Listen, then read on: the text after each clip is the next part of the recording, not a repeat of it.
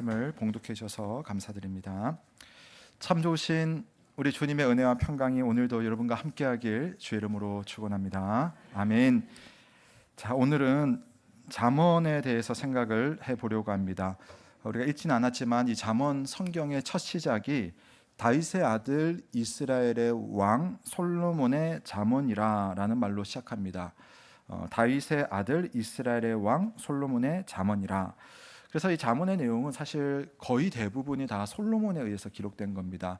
마지막에 30장에는 그 아굴의 기도에서 유명하죠. 아굴에 의해서 기록된 잠언이 한 장이 있고, 또 제일 마지막 31장에는 르무엘이라는 사람에 의해서 기록된 잠언이 마지막 31장에 있고, 나머지 29장은 솔로몬에 의해서 기록이 되어 있습니다. 자, 그러면 잠언이란 과연 뭔가?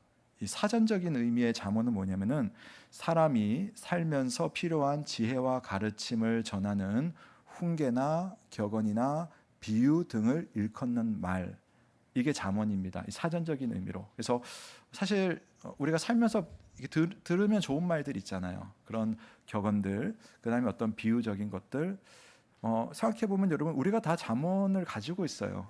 각자 인생에서 경험했던 자신만의 경험들이나 격언들이나 어떤 비유들, 다 잠언을 가지고 또 자녀들에게 이 잠언을 또 알려주기도 하고 그러지 않습니까? 자, 그러면 성경의 잠언은 무엇인가라고 할 때, 이 성경의 잠언이라고 하는 것은 뭐 딱 하나 다르다고 하면 주체가 다르죠. 주체가. 잠언은 일반적으로 사람들이 하는 말이라고 한다면, 성경의 잠언은 물론 사람의 목소리를 통해서 기록된 글이지만, 그러나 하나님의 지혜를 인간의 목소리를 통하여서 인간의 언어에 담아서 표현한 책, 이게 바로 성경의 잠언이라고 생각을 하시면 되겠습니다. 모든 성경은요 다 기록 목적이 있죠. 창세기에 기록 목적이 있고, 또 마태복음에 기록 목적이 있고, 성경의 제일 마지막 요한계시록에도 요한계시록만의 기록 목적이 있습니다. 마찬가지로 잠언도 기록의 목적이 있어요. 그러니까 목적을 알고 성경을 읽어야 되겠죠. 자, 잠언의 경우에는 1장 2절 이하에 보면 이렇게 되어 있습니다. 이는 지혜와 훈계를 알게 하며 명철의 말씀을 깨닫게 하며 지혜롭게 공의롭게 정의롭게 정직하게 행할 일에 대하여 훈계를 받게 하며 어리석은 자를 슬기롭게 하며 젊은 자에게 지식과 근신함을 주기 위한 것이니, 지혜 있는 자는 듣고 학식이 더할 것이요 명철한 자는 지략을 얻을 것이라. 잠언과 비유와 지혜 있는 자의 말과 그 오묘한 말을 깨달으리라. 그러니까 잠언이 우리에게 주는 것은 세상을 살아가는 지혜입니다. 지혜. 그래서 잠언 말씀, 우리가 보통 이제 교회 처음 올 때도 잠언 말씀을 많이 읽기도 하고, 예전에 보면 어른들이 본인은 교회를 안 다니는데 애들은 교회 가라고 하잖아요. 그래서 주일학교 가서 배워서 오라고. 그런 게 왜 그러냐면, 성경 말씀에 이런 잠언처럼 우리가 살아가는 데 있어서 정말 꼭 필요한, 인생살이에 필요한, 또 우리의 삶에 중요한 그런 어떤 교훈들이 있기 때문에 그 가서 배우고 오라. 예전에 그런 말들 많이 하셨죠. 그러니까 잠언이 그런 겁니다. 자, 그런데 3장 13절에 보면 지혜를 얻은 자와 명철을 얻은 자는 복이 있나니라는 말씀이 있어요. 지혜를 얻은 자와, 이 잠언에서 명철을 얻은 자는 복이 있나니라고 했습니다. 여러분, 사실 우리가 세상 만물이 존재하는 모든 일에 대해서 생각해 보면 여러분, 적절하고 합당한 지혜들이 있어요. 사람들마다 수준 차는 있겠지만 우리는 다들 지혜를 가지고 살아가지 않습니까? 그리고 그 가운데서도 특별한 경험을 한 사람이나 또 오랜 시간 연구를 하면 당연히 우리가 지혜를 얻을 수 있습니다. 전쟁에 참여한 분들을 만나서 이야기를 해보면 생과 사를 오가는 것에 대해서, 또 생존하기 위한 그런 본능과 방법에 대해서 우리가 지혜를 얻을 수가 있죠. 사업을 하시는 분을 만나서 대화를 쭉 해보면 사람을 대하는 법, 어떤 일에 있어서 판단을 하고 추진하는 법, 이런 것들을 우리가 배울 수가 있습니다. 물론 그럼에도 불구하고 그 분야의 지혜를 가지고 있다고 해서 모든 인생의 것에 대해서 탁월하고도 완전한 지혜를 가진 사람은 사실은 존재할 수가 없겠죠.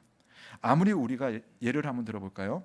우리가 아무리 여러분 지금 자연이 많이 파괴되어서 자연을 보호하기 위해서 정말 애를 많이 쓰지 않습니까?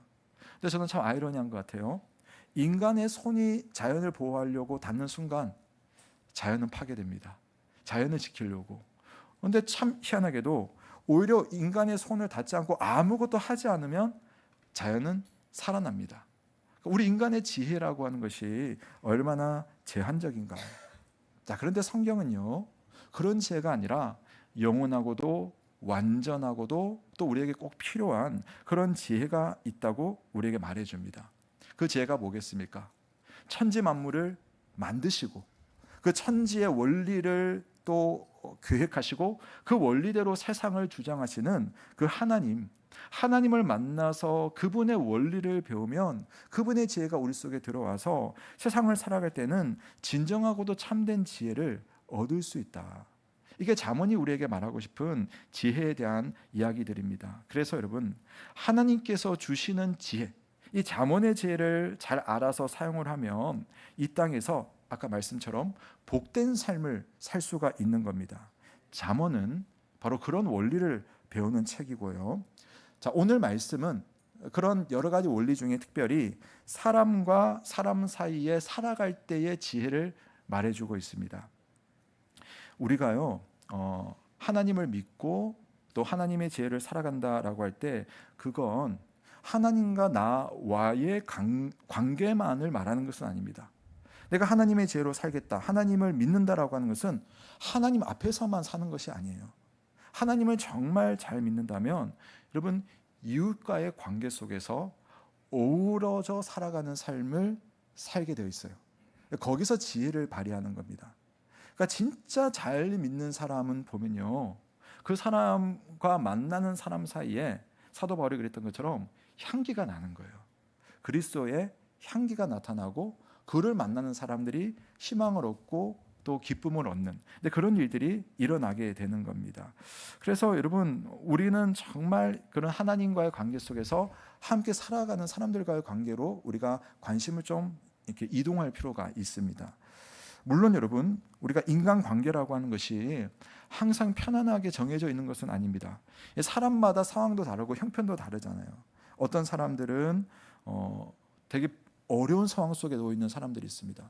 불평거리가 있는 사람들이 있습니다. 또 반면에 모든 것이 만족하고 편하고 힘든데도 그냥 기쁜 그런 사람들도 있습니다. 그러니까 모든 면에서 사람들이 똑같은 눈높이로 항상 평등하다든지 모든 면에서 항상 평안하다든지 그런 인간관계는 사실은 있을 수가 없는 거죠. 자, 그러나 그런 다양한 관계 속에서도 우리는 하나님의 지혜를 찾을 수가 있고 그 지혜를 가지고 살아가면 하나님의 은혜와 복이 있는 거예요. 오늘 말씀은 바로 그 지점을 한번 말해보려고 합니다. 사람과 사람이 사는 것은 때로는 도움을 줘야 할 때도 있고 도움을 받아야 할 때도 있습니다. 그리고 우리 공동체 안에는 꼭 우리가 모든 면이 완벽한 사람만 있는 것이 아니라 또 여러 가지가 부족한 사람들이 있어요.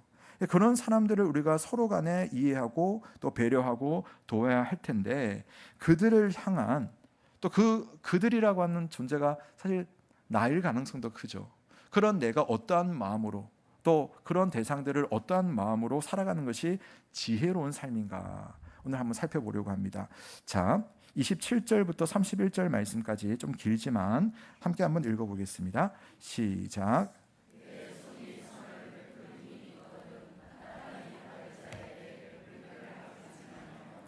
내게 있거든 이웃에게 이르기를 갔다가 다시 오라 내일 주겠노라 하지 말며 내 이웃이 내 곁에서 평안히 살거든 그를 해하려고 꾀하지 말며 사람이 내게 악을 행하지 아니하였거든 까닭 없이 더불어 다투지 말며 포악한 자를 부러워하지 말며 그의 어떤 행위도 따르지 말라. 아멘. 사실 여러분, 잠언 말씀은요 해석이 필요 없어요. 그냥 이거 말씀 받고 이 말씀대로 살려고 노력하면 말씀이 알아서 우리의 삶에 복을 주십니다. 그럼에도 불구하고 오늘은 좀 여러분 해석도 좀 필요한 시간이기 때문에 제가 좀 말씀을 드릴게요. 하나님께서 인간을 창조하실 때에 인간에게 주신 사명이 있어요. 에덴 동산을 만드시고 에덴 동산에 살게 할 때에 그 아담과 하와에게 주신 사명이 있어요. 그건 뭐냐면 하나님이 만드신 그 세상을 질서 있게 다스리라라는 겁니다. 우리는 보통 다스린다라고 할 때는 위에서 내려 누르는 어떤 억압적인 그림을 많이 그리지만 성경의 다스린다라고 하는 것은 그림이 좀 달라요. 성경의 다스림은 오히려 하나님께서 만드신 세상이 만드셨을 때 보시기에 참 좋았잖아요. 좋았다는 것은 모든 것이 조화롭고 질서 있고 그 안에 사는 모든 생명체가 너무 복되고 행복했다는 겁니다. 그러니까 다스린다는 건 뭐냐면 그것이 그러할 수 있도록 이걸 우리 동양의 한자어로 말한다면 그게 자연이잖아요. 하나님이 만드신 세상이 그것이 원래 그러할 수 있도록 그게 자연인데 그 자연을 자연되게 하도록 살피고 볼살피고 섬기는 것이 인간에게 주어진 사명입니다. 그러니까 에덴 동산에 사람을 주신 이유는 그 세상을 조화롭게 하는 일, 그리고 그들을 잘 섬김으로써 하나님 대신 청지기가 되어서 이 세상을 조화와 질서 가운데서 복된 곳으로 만들라라고 하는 것이 인간에게 주신 사명이었습니다. 여러분, 예수님께서 이 땅에 오셔서 우리를 구원하시고 우리를 사람답게 하시려고 하셨어요. 근데 그 일을 예수님께서 어떻게 하셨습니까? 주님이 하신 가장 중요한 것은 우리를 섬기는 거였어요. 주님이 사람들을 만나셨을 때 그 만남의 태도와 말하는 방식과 사람을 대하는 그 모습을 잘 보시면 예수님은 항상 섬기셨어요. 주님이 말씀하셨잖아요. 나는 섬김을 받으려고 온 것이 아니라 너희들 섬기려고 이 땅에 온 것이다. 이런 예수님을 만나서 우리가 회복이 되는 겁니다. 그래서 하나님의 형상으로 회복되어진 그리스도인들은 결국 어떤 삶을 살게 되느냐? 예수님처럼 남 사랑하고 남 섬기는 삶을 살게 되는 줄로 믿으시기를 바랍니다. 그래서 주님을 만나서 섬김이 있는 사람들이 있는 곳에는 천국이 임하게 되는 거예요. 그 천국이 뭐겠어요? 위로가 있고 치유가 있고 회복이 있고 은혜가 있고 평화가 있고 거기 들어가면 내 마음이 자유하게 되는 바로 그런 것. 그런 곳은 바로 섬기는 사람을 통해서 이루어지고 그 섬김을 통해서 자기가 사는 곳을 그렇게 만드는 사람. 그 사람 정말 지혜로운 사람 아니에요. 내가 살 곳인데 내 세상을 그렇게 만든다니 얼마나 지혜롭습니까? 잠언은 그런 지혜를 우리에게 가르쳐 줍니다. 잠언의 말씀이 하나님의 지혜인 것은 어찌 보면 세상의 경험이 주는 일반적인 처세와는 다른 점이 있기 때문이에요. 무슨 말이냐면 잠언 내용을 여러분 꼼꼼히 읽어보고 내가 한번 이렇게 살겠다 결정하고 한번 살려고 한번 생각을 해보세요. 그러면 사람이 어떻게 이렇게 살아? 이렇게 살면 나 분명히 손해볼 텐데 세상 사람들이 나보면 미련하다라고 말할 텐데 그런 장면들이 잠언 속에 참 많고 성경은 곳곳에 그런 이야기들이 있습니다. 27절을 한번 보실까요? 너의 손이 선을 베풀 힘이 있거든 마땅히 받을 자에게 베풀기를 아끼지 말며라고 되어 있어요. 너의 손에 선을 베풀 힘이 있거든. 근데 그게 나에게는 어떤 여력인 거죠. 만약에 물질로 말한다면 뭐 좀 내가 쓸 것보다 좀 더 많은 것이 있어요. 그럼 그걸 가지고 여러분 우리가 뭘 해야 되겠어요? 비축해야죠. 제가 나빠서 이야기하는 거 아닙니다. 주식도 해야죠. 그렇게 우리가 다 써야 되지 않습니까? 그런데 성경은 뭐라고 말하냐면은 그 손에 그걸 있으면은 마땅히 베풀 자, 마땅히 받을 자에게 베풀기를 아끼지 말라고 해요. 이것도 너무 이상한 말이에요. 마땅히 받을 자라고 하는 것은 내 마음이 가는 사람에게 주라는 말이 아니에요. 난 저 집사님 너무 좋아. 근데 저 어려움이 있네. 저 집사님 내가 특별히 줘야지. 그게 아니에요. 마땅히 받을 자. 지금 필요한 사람에게 주라는 겁니다. 그러니까 그게 보이는 사람이 그리스도인인 것이죠. 여러분, 하나님은 가난한 자, 고아, 과부, 나그네, 궁핍한 자, 압제받는 자 등 세상의 약자에 대한 관심이 참 많으세요. 성경을 여러분 정직한 눈으로 한번 쭉 읽어보시면 하나님은 정말 그런 사람들을 위한 조치를 참 많이 하셨어요. 왜냐? 하나님께서 만드신 당신의 이 세상이 복된 세상이 되기를 원하시기 때문에 누군가가 부족하잖아요. 그럼 그 부족한 것에 대해서 하나님은 은혜를 내려서 채우시기를 원하시는 거예요. 그런데 그 방법이 무엇이냐? 이게 중요한 거예요. 어떻게 하나님이 그 사람의 부족한 것을 채우시냐? 바로 하나님의 사람들이 다른 사람들의 필요가 눈에 보여서 그것을 어떻게 할까 고민하면서 기도하면서 채우고 돌보고 섬기는 삶을 통하여서 바로 그 사람의 부족한 것에 은혜를 내리시고 그것으로 세상이 하나님의 복을 받도록 한다는 겁니다. 그러므로 여러분, 잠언의 지혜는 세상의 지혜랑 좀 달라요. 이웃을 외면하지 말고 이웃과 함께하는 삶을 살라. 하나님께서 아브라함을 부르신 이유가 있습니다. 또 아브라함의 후손인 이스라엘 백성을 특별히 택하신 이유가 있어요. 그들은 선민이라고 자랑하지만 선민된 이유가 있다니까요. 더 나아가서 예수 그리스도 안에서 이 땅에 교회를 세우신 이유, 저와 여러분을 교회로 부르신 그 목적이 있고 사명이 있다는 겁니다. 그게 뭐냐? 아브라함에게 주었고 이스라엘에게 주었고 교회에게 주신 하나님의 그 목표와 사명은 바로 다른 일을, 타인을 복되게 하는 겁니다. 왜 아브라함을 부르셨을까? 너를 복의 근원으로 삼겠다고 했잖아요. 네 복이 다른 사람의 복이 되는 것이 너를 부르신 이유예요. 내가 너를 통하여서 수많은 민족을 이루게 하겠다. 이스라엘 백성들, 그들에게 요구하시는 것이 뭡니까? 이스라엘 백성 때문에 이방인들이 하나님을 만나고 하나님의 복을 받도록 하는 겁니다. 이 땅에 왜 저와 여러분을 교회로 부르셨습니까? 내 한 몸 잘 먹고 잘 살면 충분하지. 아니요. 우리를 통하여서 하나님의 뜻이 이 땅에 이루어지고 누군가를 섬기도록, 적어도 교회 안에 우리 성도들을 섬기도록, 좀 더 우리가 여력이 있을 때 교회 밖을 향해서 섬김의 손을 내밀어서 하나님의 아름다운 복이 흐르도록 하는 것이 바로 우리를 부르신 주님의 목적으로 믿으시기를 바랍니다. 우리는 섬기는 사람으로 부름을 받았어요. 자, 그런데 정말 여러분, 이게 지혜 같아요. 지혜 같습니까? 나 보너스 받았는데, 이 보너스를 가졌는데 누가 보여요.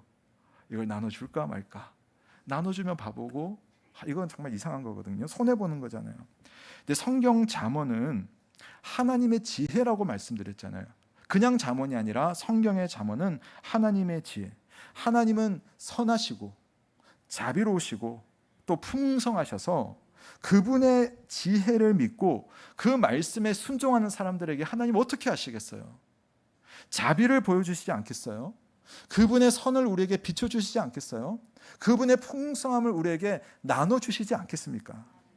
그래서 우리가 교회 안에서 그런 믿음으로 살아가는 것이 믿음의 삶이 되는 거죠. 교회 안에는 보면 다른 성도들을 위해서, 제가 이제 이게 그 나눔이라고 하는 것이 물질만이 아니라는 것을 좀 말씀드리려고 하는 말씀인데요. 교회 안에는 다른 성도들을 위해서 기도하는 분들이 많이 있습니다. 내가 알지 못하지만 여러분 그거 알아요? 여러분을 위해서 누군가가 기도를 하고 있어요. 어떤 분이 살다 보면 다 그렇잖아요. 우리 가정에 우환이 생기고 몸이 아프거나 또 내 자녀에 대해서 말 못할 그런 고민들이 있어서 그래서 친한 분에게는 좀 이야기해서 기도를 부탁을 합니다. 그런데 어떻게 알게 됐는지 그 이야기를 딱 듣는 순간에 뭐 이야기도 하지 않아요. 그냥 혼자 그냥 곰곰이 하나님 앞에 나아가서 기도하는 그런 사람들이 있어요. 제가 아무래도 목사다 보니까 뭐 새벽에 이렇게 기도를 하거나 또는 이제 낮에도 보면 이렇게 기도하시는 분들이 가끔씩 있거든요. 근데 죄송합니다. 본의 아니게 제가 엿들어요. 들리니까 제가 엿든다는 표현을 하는 겁니다. 한 번은 이런 일이 있었어요. 그분이 기도를 하는데 본인 기도도 하는데 다른 성도 기도를 그렇게 간절히 거의 울다시피 기도를 하는 거예요. 그래서 그분이 하나님의 은혜를 받도록 하나님의 도움을 받도록 기도를 하는데 제 마음속에 잔잔한 은혜가 딱 들어오더니 저도 기도를 하기 시작했어요. 첫 번째는 그분이 기도하는 그 대상을 위해서 기도를 하게 되더라고요. 근데 두 번째는 자연스럽게 그 기도를 하는 그분을 기도하게 되더라고요. 너무 예쁘잖아요. 너무 고맙잖아요. 제가 기도하고 드는 생각은 하나님께서 너무 기뻐하시겠다. 하나님께서 너무 기뻐하시겠다. 저 사람이 다른 사람을 위해서 기도하면 하나님은 그 기도의 내용을 들어주시겠죠. 그러시지 않겠어요? 그런데 하나님이 그것을 끝이 아니라 그 기도를 하는 그 마음을 쓰고 그 시간을 쓰고 그 눈물을 쓰는 그 사람에 대해서도 하나님은 분명히 기뻐하시고 사랑하시고 복을 내려주시는 그런 하나님인 줄로 믿습니다. 제가 그런데 하나님은 얼마나 그러시겠습니까? 자, 이게 여러분 하나님 나라의 원리예요. 내 시간 쓰고 내 감정을 쓰고 내 거 소진했는데 참 신기하게 하나님은 그 사람도 복 주지만 나에게도 주시는 특별한 은혜와 복이 있는 것이 하나님 나라의 원리예요. 말씀 한번 볼까요? 잠언 11장 25절 말씀 한번 같이 읽어볼게요. 시작.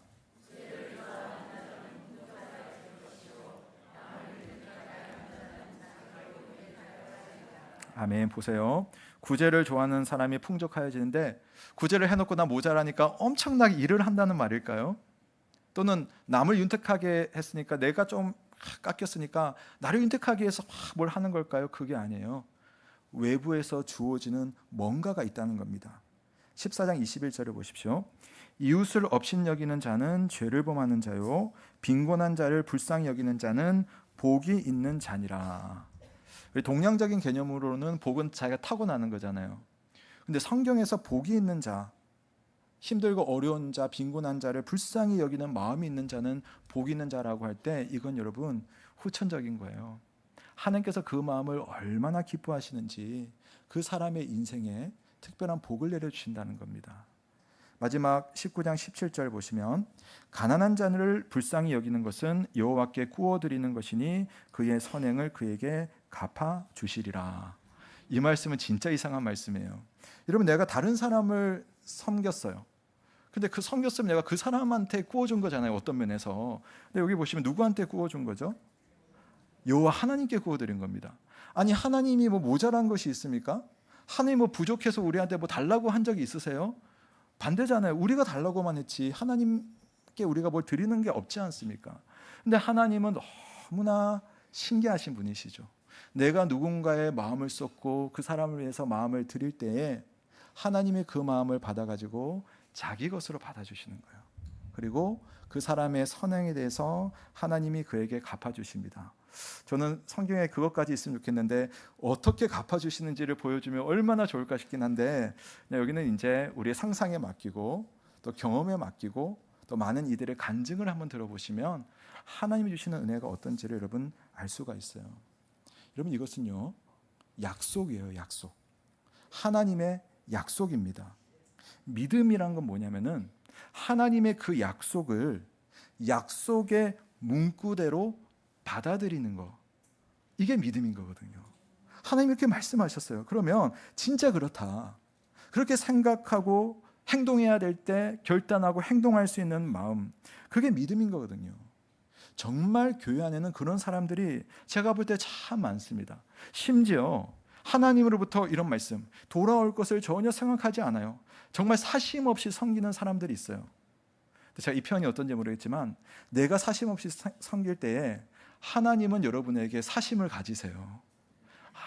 너무 예쁘다. 내가 그의 인생에 그의 삶 속에 그와 더불어 그의 것에 좋은 것을 내가 베풀어 주겠다. 여러분 예수님께서 그런 우리들의 모습을 볼 때 얼마나 좋아하시겠습니까? 바라기는 우리의 마음이 하나님의 복을 받을 수 있는 그런 사심 없지만 하나님의 사심을 누리시는 여러분 되시길 주의 이름으로 축원합니다.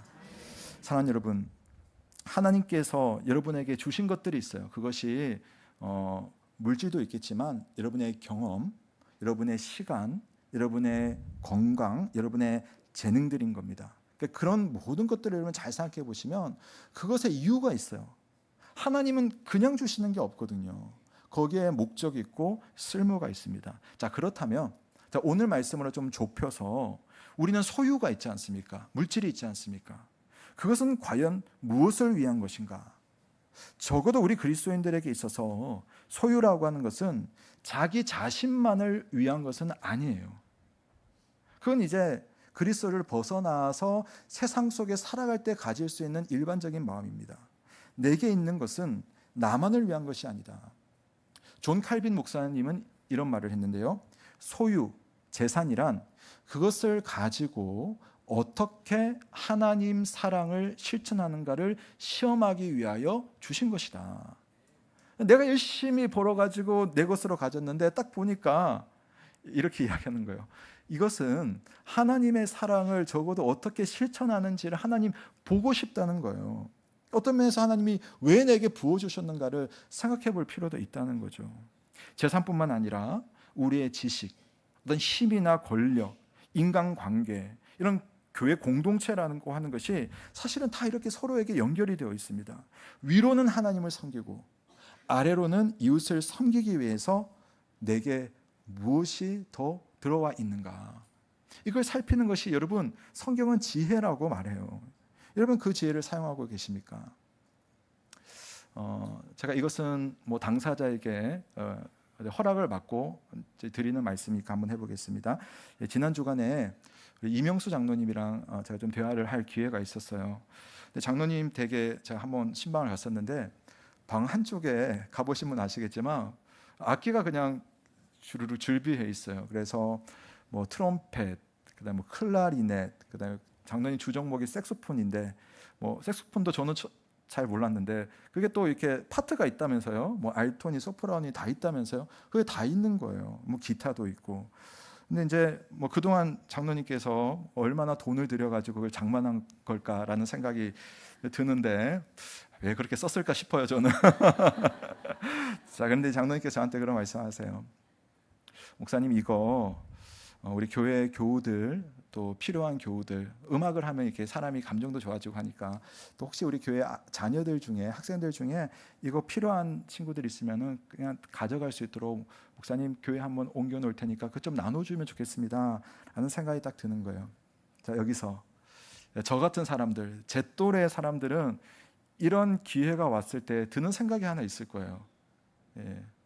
그 정혜임 집사님 뭐 하시겠어요? 악기가 막 들어왔어요. 뭐 하시겠어요? 네? 아, 감사합니다. 배우신다고 하셨습니다. 순전한 영혼이시고, 예, 저 같은 사람은 이제 핸드폰을 딱 열고 앱을 하나 쓸 겁니다. 당근을 열어서 예, 이걸 중고 거래를 하면 내가 도대체 얼마를 거둘 수 있을까? 제가 생각해 보니까 한 300만 원 이상은 제가 받을 수 있을 것 같은데 장로님 그거 하시지 않더라고요. 장로님 그거 쓰실 줄 모르시죠? 장로님께서 그런 말씀을 하시더라고요. 그게 저한테는 의미가 있었는데요.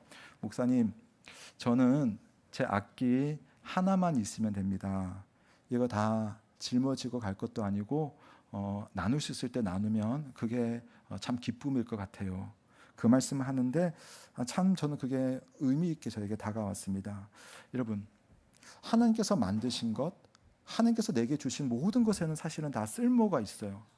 내가 쓸 것도 쓸모이지만 그것을 좀 더 넘어서 그 더 다른 쓸모를 하나님께서 주실 겁니다. 자, 오늘 말씀 다시 한번 보실게요. 27절과 28절 말씀.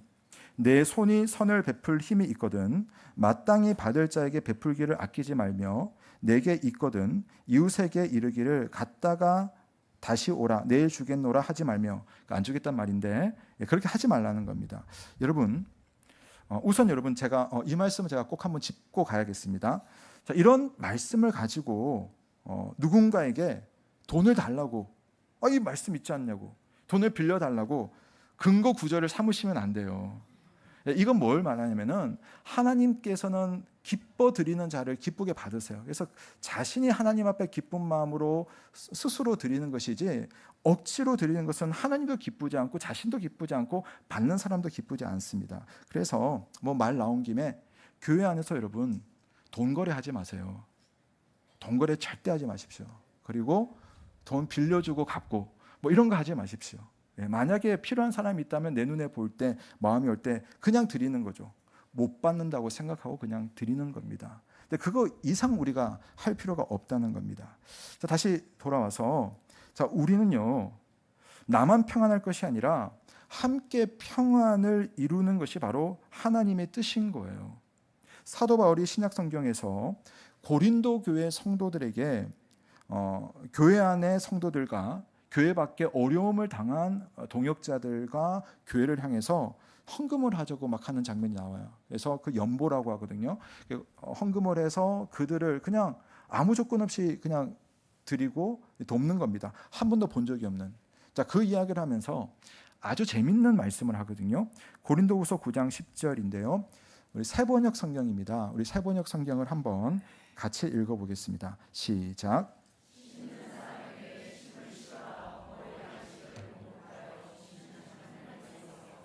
여러분에게도 씨를 마련하여 주시고 그것을 여러 갑절로 늘려주시고 여러분의 의의 열매를 증가시켜 주실 것입니다. 아멘. 그러니까 남을 섬기는 헌금 연보에 대한 이야기를 하다가 갑자기 바울이 하나님은 이런 분이야 라고 이야기를 하는 거예요. 자, 제 첫 구절에 보면 하나님이 어떤 분으로 묘사되어 있죠? 심는 사람에게 심을 씨와 먹을 양식을 공급하여 주시는 하나님이라고 했어요. 자, 일종의 비유로 이제 하나님을 표현한 겁니다. 이게 무슨 말인지 한번 생각을 해보십시오. 이게 무슨 말일까요? 심는 사람에게 심을 씨와 먹을 양식을 공급해 주시는 하나님. 일단 여러분 농사를 생각해 보세요. 농부가 농사를 합니다. 그럼 열심히 일을 하면 결실을 거두겠죠. 그때 소득이 크게 두 가지가 있다는 거예요. 하나는 당연히 우리를 위한 겁니다. 뭐 내가 먹을 양식이라든지 또 팔아서 나의 것으로 삼을 수 있는 그런 어떤 나의 것으로서의 양식이 내게 소득으로 들어올 겁니다. 근데 두 번째는 뭐냐면은 심을 씨가 있대요. 하나님께서 먹을 양식도 공급해 주시고 심을 씨도 공급해 주신다라고 이야기하는데, 자, 그러면 이게 중요합니다. 이 심을 씨가 뭐 하는 건가요? 왜 하나님이 농부에게 먹을 양식뿐만 아니라 심을 씨를 주신 걸까요?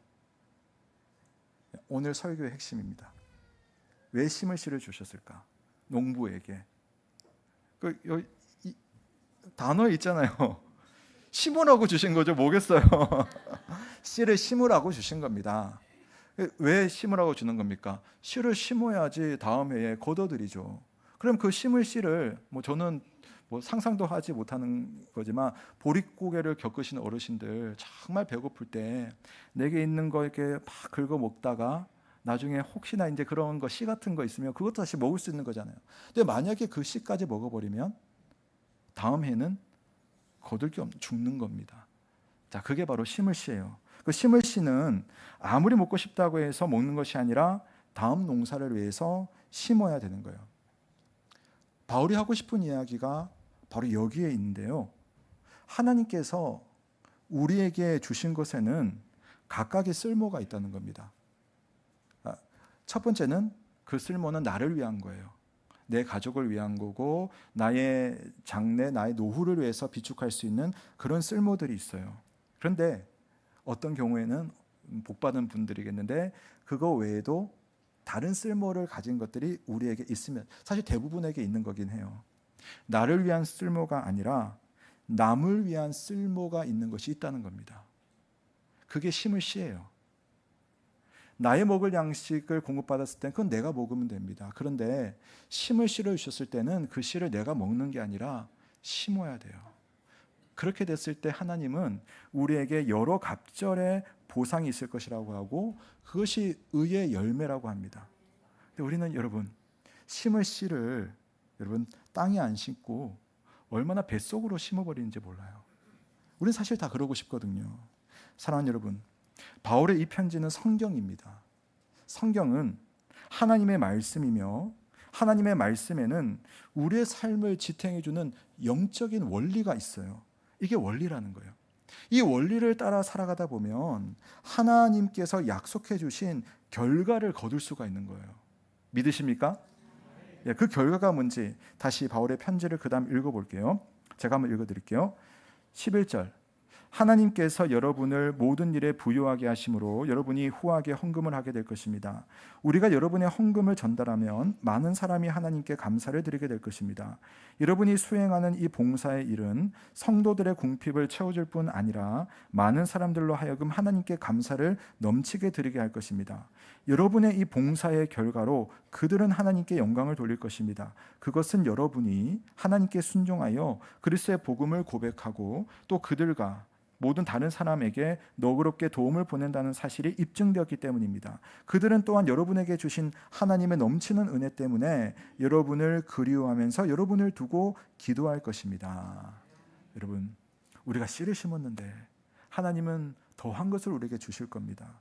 특별히 마틴 루터라고 하는 종교개혁자는 우리 인간의 직업을 소명이라는 말로 표현했거든요. 소명.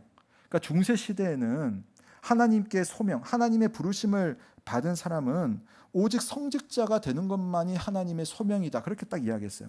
근데 루터는 딱 나타나가지고 소명은 그게 아니야. 그게 아니야. 소명은 하나님께서 우리에게 살도록 주신 모든 직업이 다 소명이야. 그렇게 말해요.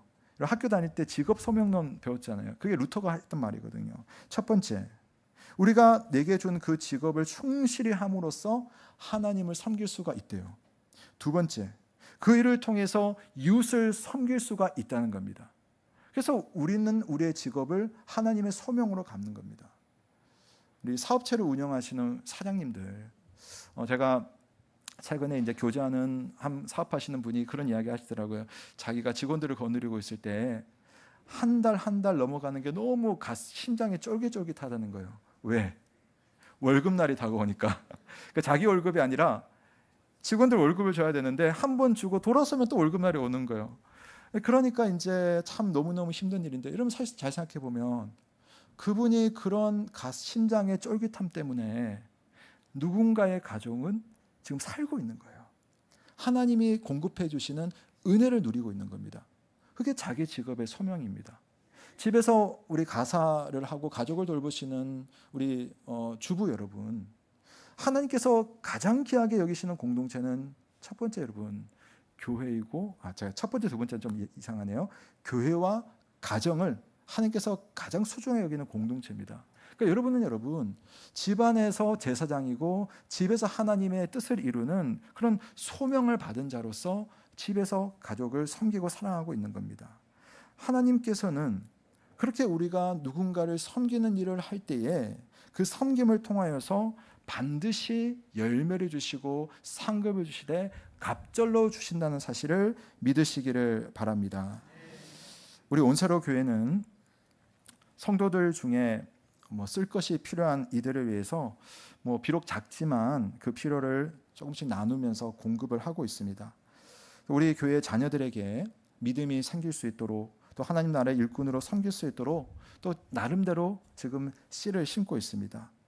그리고 우리 곁을 스쳐서 지나가는 나그네와 같은 선교사님들, 어떻게 하면 그분들을 격려할 수 있을까? 한 번도 본 적이 없지만 그분들 도우려고 나름대로 힘을 쓰고 있습니다. 저는 그렇습니다. 이 심는 씨의 양이 많아지면 좋겠다. 성도님들 개인도 그렇고 우리 교회가 좀 할 수 있는 그 심는 양이 많아지면 좋겠다. 왜냐하면 그건 제 욕심인데요. 그렇게 하면 우리 성도님들이 하늘의 충만한 복을 받을 것이고 우리 온세로 교회가 얼마나 하나님 기뻐하시는 그 복을 받을 것인가. 그래서 여러분, 우리 교회와 성도들의 삶이 하나님의 복을 받아서 윤택해질 수 있기를 주의 이름으로 축원합니다. 저는 믿습니다. 하나님은 우리에게 먹을 양식도 주시지만 심을 씨도 주셔요. 이 심을 씨를 먹기 위해서가 아니라 심기 위해서 사용할 때 하나님은 기뻐하시고 그 이름이 영광을 받으실 것입니다. 그리고 저는 오늘 이 잠언의 약속도 믿습니다. 내게 있는 작은 힘을 남을 위해서 사용할 때, 베풀고자 할 때 하나님 반드시 복을 주시고 은혜를 내려주실 것입니다.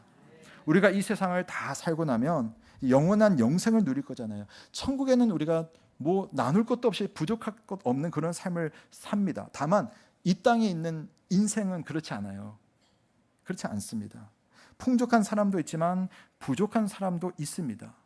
그렇다면 하나님의 원리를 다시 생각해 보면서 여기에 사는 동안만큼은 적어도 하나는 내 것으로, 그리고 또 다른 하나는 나의 이웃의 것으로 생각하고 나누며 또 하나님의 복을 받는 우리 온세로 교회 모든 교우들 되시길 주의 이름으로 축원합니다. 아멘. 기도하겠습니다.